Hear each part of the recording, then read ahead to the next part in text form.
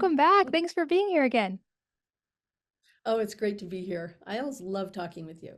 Well, I feel the exact same way. And I loved our first conversation where we got to myth bust some things about minerals and understand on a cellular level why we need very specific ones and how they work differently in our body. And you shared the statistic that often humans are operating at only 40% of the minerals we actually need. So, in this episode, I'm really excited to go super deep on the topic of plant based minerals because this is, I'm guessing, a new concept for a lot of people. And as you built the foundation for in our first episode, they go a long way toward fixing that massive deficiency that we were talking about.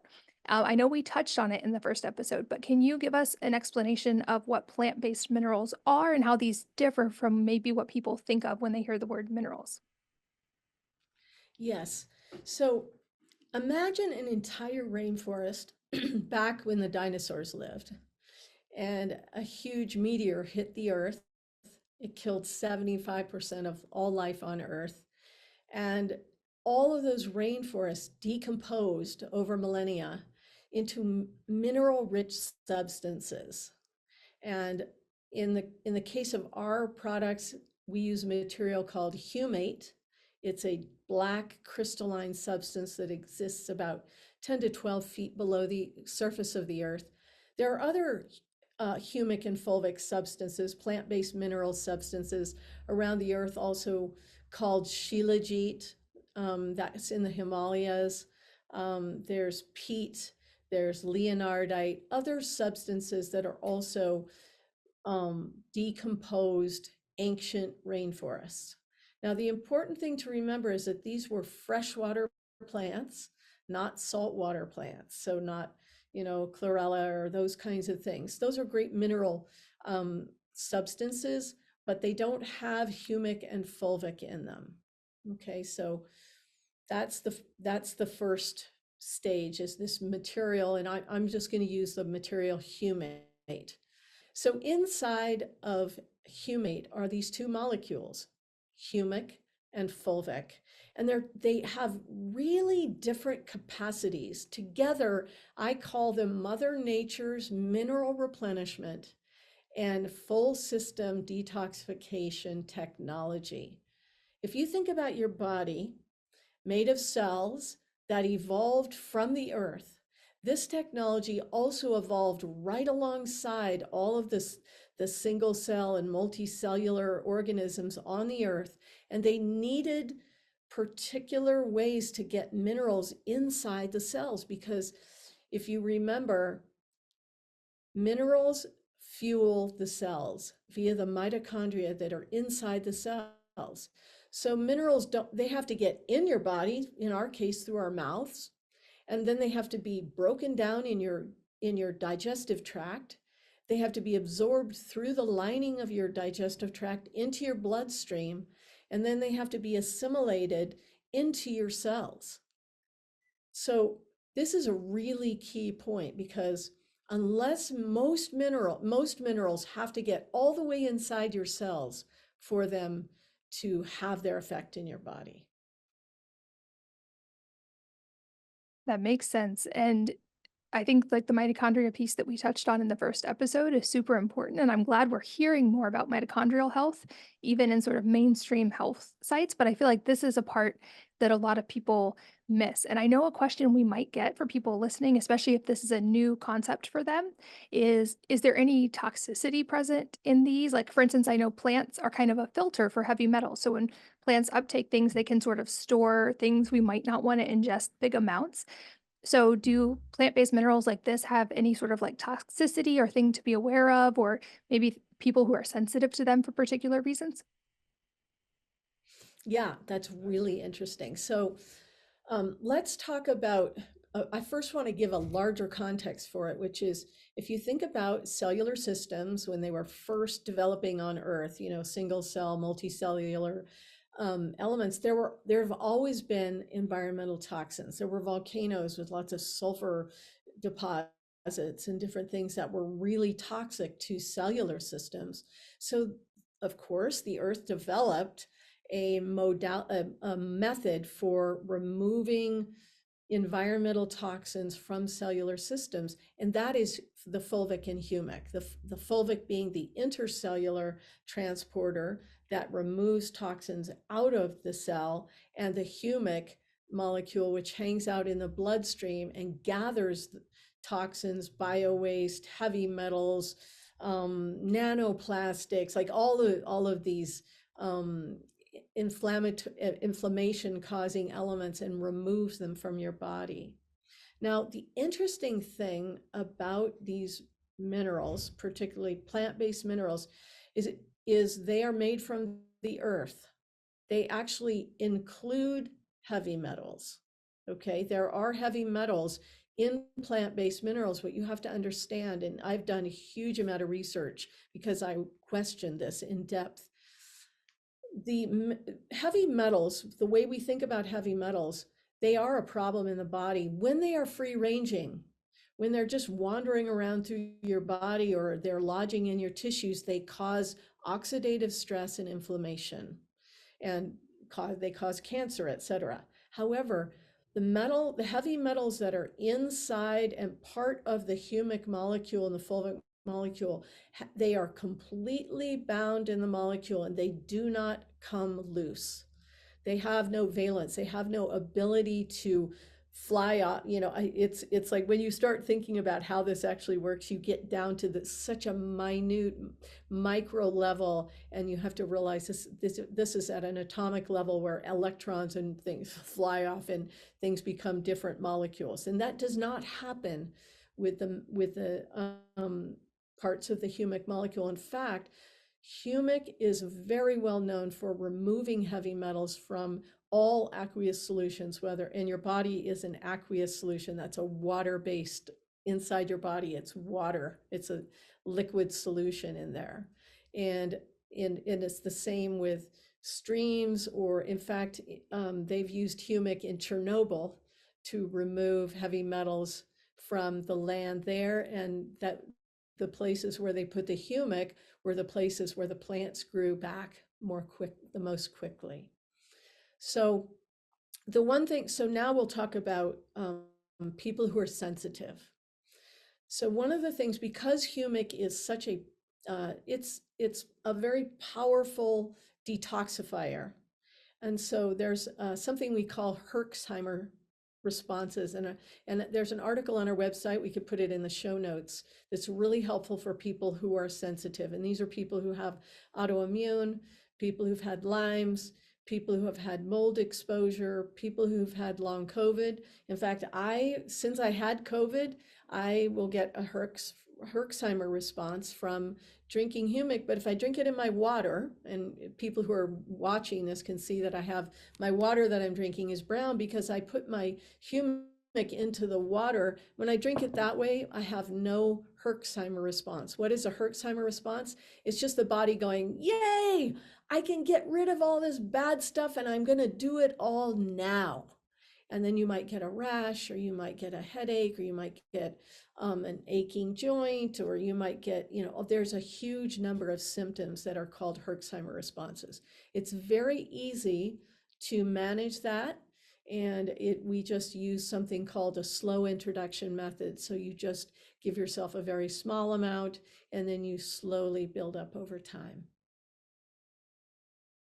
That makes complete sense. And I remind people, even in like a Herxheimer situation or anytime you have a symptom, I always love to reframe that that is awesome because that's a message directly from your body that's loud enough for you to hear, that's telling you what's going on.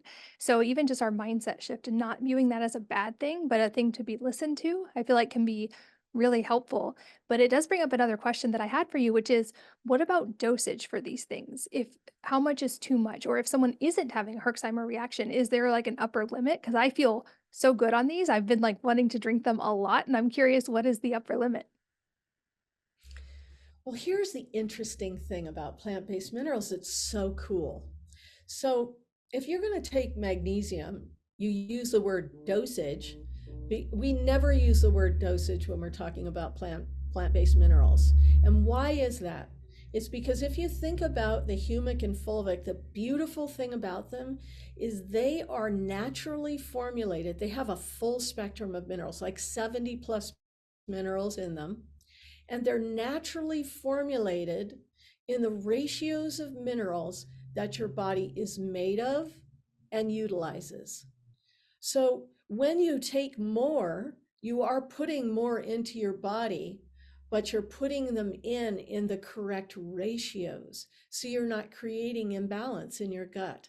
So first of all, because most of us are so depleted, our systems are truly depleted of minerals, it would be really hard to get too much. And I wouldn't say go drink a cup of any one of our minerals, right? Because that might cause some sort of Herxheimer response for you.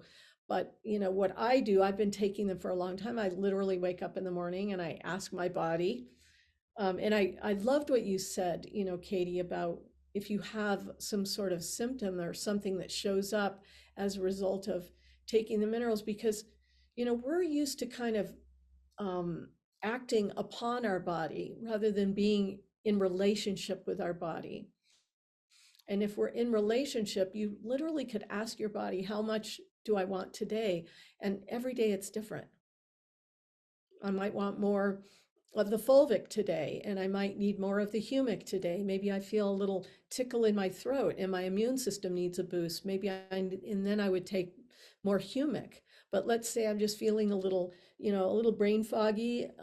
I would take more fulvic because it raises my energy and it brings minerals directly into the cells. I love that you suggested asking your body. I think developing a friendship with our body where we can ask those questions and get good answers is a tremendous part of healing and just living in a state of wonderful health. And I'm going to ask some specific use cases in a minute. But before we jump into those, I would love to hear if you could explain a little deeper, sort of biochemically or physiologically, when someone consumes these minerals, what's happening in the body, and then what benefits might someone notice or what might they experience when they start consuming these? Is it a long process before we notice a difference, or might someone notice something pretty quickly? It's really cool. So, and again, I'm going to talk about um, the fulvic first, because the beautiful thing about the fulvic is because the molecule is so small. In the case of our liquid minerals, when you drink them, they start absorbing through the lining of your mouth, your esophagus, your throat. So they don't require a healthy gut lining to absorb because they absorb through any tissue. In fact, we even have a spray, a fulvic spray, and you can just spray like this and breathe it in. Now I'm getting an immediate infusion of electrolytes directly through my skin and my sinuses. Okay. So we often have worked at the aid stations at bike races, and they're used to taking these salt-based electrolyte drinks, which bother their stomachs. So they come into the aid station, they're feeling a little draggy and they want to lift, but they really don't want to take the salt-based electrolytes because they know it's going to make their stomach feel horrible. So they come over to our thing and they take a shot of our electrolytes, and they literally moments later they go, whoa, what just happened?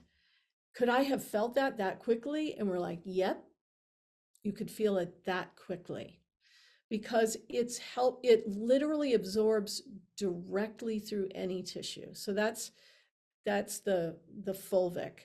Now, the humic can be an incredible support for people. Like, let's say you have a child who has diarrhea, you know, because there's some sort of bug in their gut, right? This is a great way to kill that bug or get those bugs out of it. Doesn't necessarily kill the bugs, but it takes the bugs out of the system much more quickly. So it can really support the other, you know, there's one other thing that humic does that's really cool. And I don't always talk about it, but it's useful here. So this Velcro ball, this humic molecule that's like a Velcro ball and it hangs out in your bloodstream, it also interacts with the cell wall and it causes the cell wall to become more permeable. It opens more channels in the cell wall. The beautiful thing about that is it helps with hydration. Now, what we don't want just water, drink it and it flows right through. We want it actually to absorb into our tissues so that we get hydrated, particularly for athletes. I'm like your kids, this is incredibly helpful to use the humic and the fulvic together. The humic creating more cell wall permeability, more channels in the cell wall. So imagine if you're in a room and you have one door and one window, and now imagine three doors and three windows, and they're all open. Now more things can go in and out more efficiently. So when you have a system that is infused with humic and fulvic, you make nutrient uptake extremely effective, intercellular detoxification, the removal of toxins from your tissues, because that's what your cells are, very effective. And you also provide this incredible vehicle for detoxification of your full system via the humic. That's so fascinating. And it brings me to some specific use cases I wanted to especially talk about. So, we've mentioned athletes a little bit, and I'm an athlete now, and some of my kids are athletes as well. And I know a lot of people listening might be in some capacity also. And I've read statistics, for instance, that people who live in hot climates or sauna often or are athletes and sweat more than the average person can lose more minerals in a much more rapid amount of time than someone who's very sedentary, for instance. And you mentioned cramping with athletes. I'm curious if there's specific tips for people who are athletes or who know that they're losing a lot of sweat, for instance, to help replenish or protocols that seem to work really well for athletic performance. Yeah, I have a lot to say about that because I've worked with trainers and also athletes. There's a great story on our website called Bob's Story that people can look up, and it's about a cycling athlete who came to us with incredible cramping. He also had something called fasciculation, which is they call it the creepy crawlies. It's like under your skin, your muscles are just like they're doing little twitching, and it's really uncomfortable. And he came to us with he's like, what can I do? I said, you're incredibly mineral depleted. He's like, but I take all these electrolytes and he megadoses magnesium and all this stuff. And I said, well, what I want you to do is for 1 month, I want you to completely stop all that, all the salt-based electrolytes you're taking or megadosing of magnesium or whatever. And I just want you to use these minerals, these plant-based minerals. And after 1 month, completely all his cramping stopped. Now it was in the fall, and then he went into winter and he wasn't in a major training cycle. He's just doing great. He's like, I feel incredible. He felt hydrated. He did his cycling at home just on his practice bike, but not going out on the road.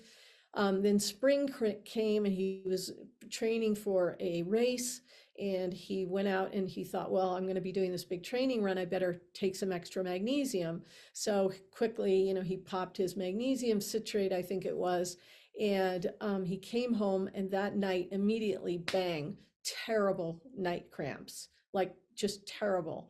And he was like, well, maybe it was the kind of magnesium I took. So the next day he took magnesium gluconate or something, and he went out on his training run again. The next after that, that evening he had terrible fasciculation, the creepy crawlies, cramping, and he texted me this long text and sent me a video, and he's like, "What's wrong? What's happening?" And I said, "Well, you just threw your body into complete imbalance and it's freaking out. Why would you even consider needing to take extra magnesium?" And he said, well, I always do that. And I said, yeah, you always do that. And that's why you always had cramping. I said, if you need an infusion of electrolytes, take a shot of our electrolyzed product, which is the fulvic. There you've got immediate absorption and immediate access for your body of a full spectrum of minerals it needs. Now, the beautiful thing about it is when you give your body the full spectrum, your body, in its infinite wisdom, says, oh, I need some boron here. I need some phosphorus here. I need some molybdenum here. Oh, I need some copper here. Oh, I need some selenium here. Oh, I need a little magnesium here, potassium, etc. You see, imagine being able to put the full spectrum in because your body knows what it needs, where it needs it, when it needs it, even how it needs it, because it can actually take those minerals and put it together and make magnesium citronate, gluconate, etc. Okay, citrate. That makes sense, and that's such a fascinating story. You also touched on thyroid briefly, and I would love to expound on this because that was part of my journey. I used to have Hashimoto's and no longer do, and I know many people listening might have been given the word of related to something related to thyroid as a diagnosis with their health. And in hindsight, I would do a lot of things differently if I knew what I knew now, but I'm grateful for that journey. But I'm curious how these plant-based minerals relate to thyroid health for the people listening who that's acute for them. So one of the things that I want people to understand relative to minerals, and well, first of all, when we think about thyroid, we have to actually think about what I call the three-legged stool. Okay, so you have thyroid, you have your reproductive hormones, and you have your adrenals, and they all connected. They're If one is out, usually one of the others is out as well. You can't just manage one, you have to manage the whole three-legged stool.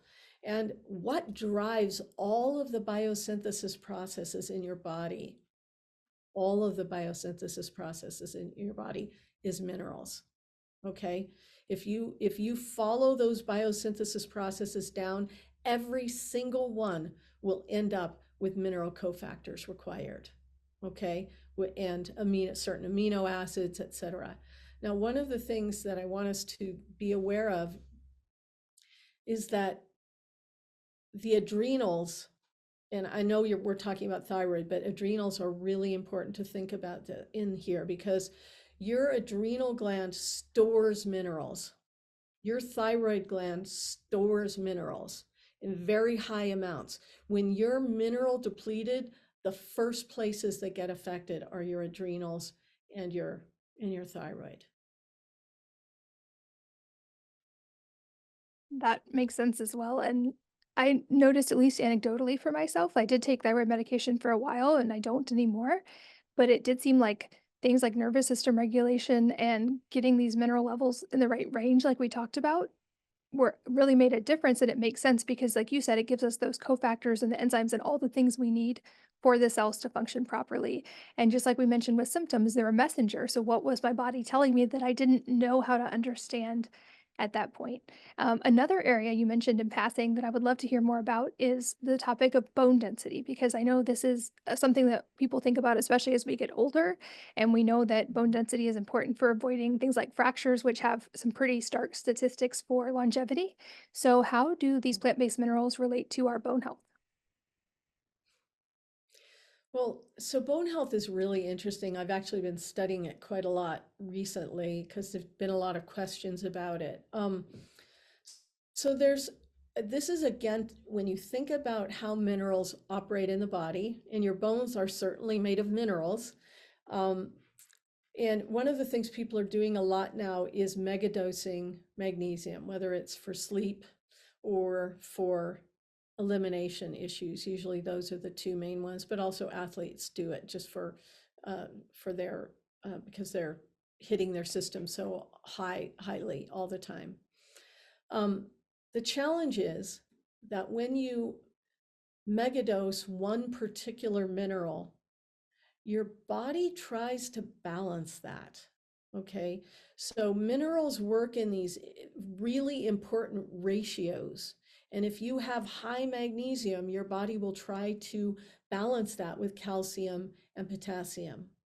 So one of the challenges that, and I was just researching this morning for another project I'm involved in, um, aging athletes, particularly runners and cyclists and triathletes, end up with osteopenia and in some cases osteoporosis.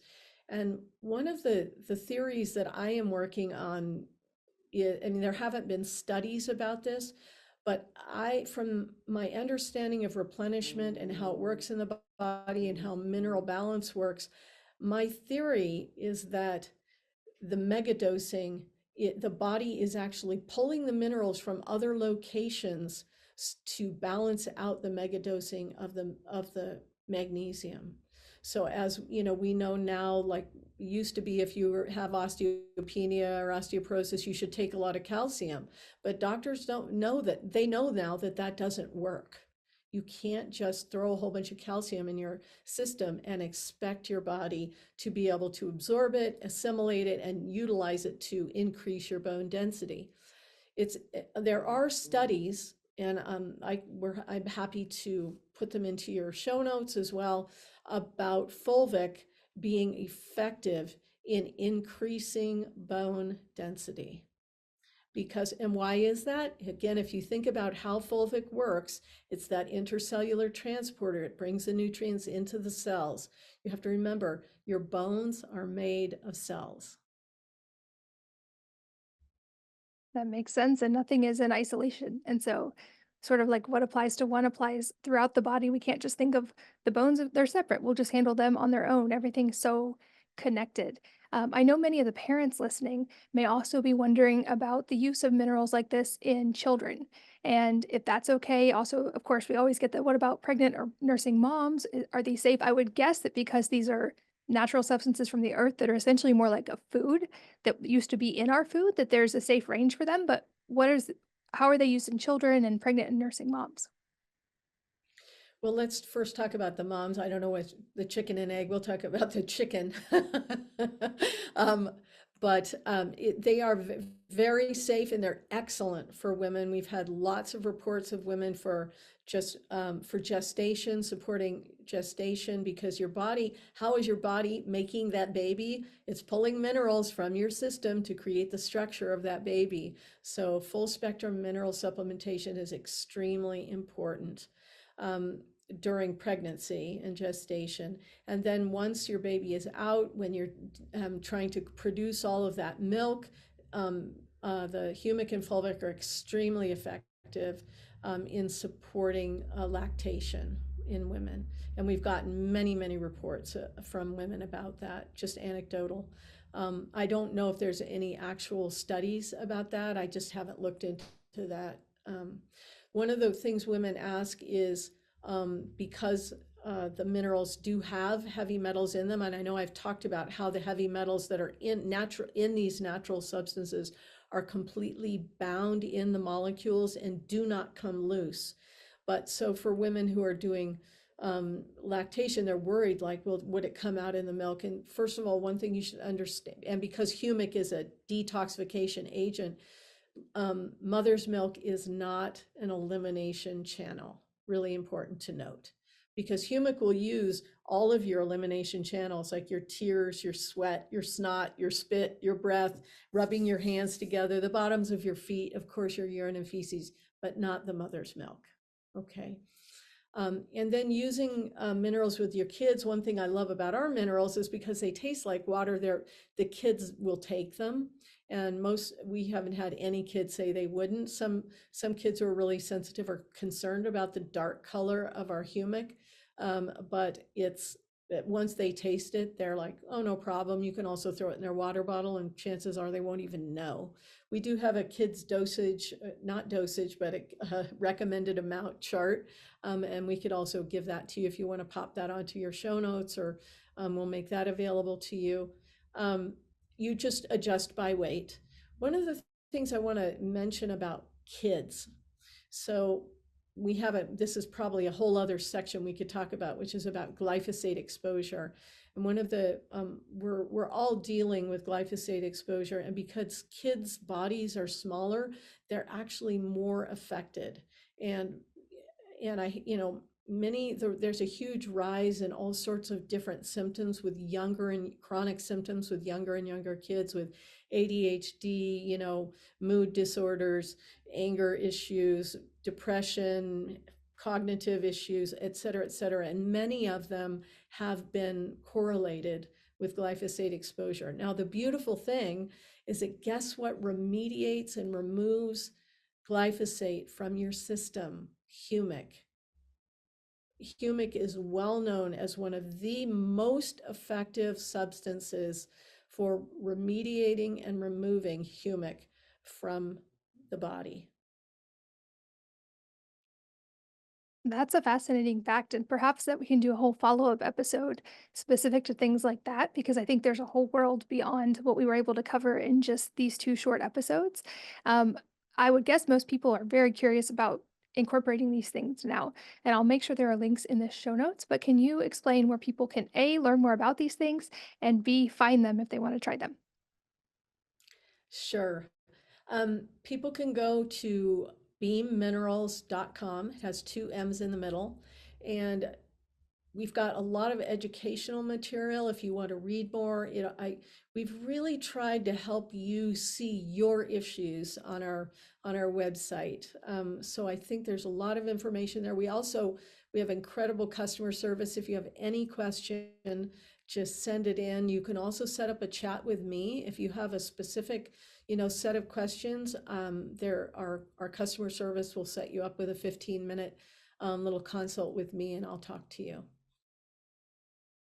Wonderful. And those links will be in the show notes for all of you guys listening. And Caroline, I hope we get to have many more future conversations because I enjoy talking to you so much. But for today, thank you so much for your time and for all that you've shared and for all the work that you do in the world to help bring awareness about this to so many people. Thank you so much. It truly is my mission to remineralize humanity. And thanks as always to you for listening and sharing your most valuable resources, your time, your energy, and your attention with us today. We're both so grateful that you did. And I hope that you will join me again on the next episode of the Wellness Mama podcast.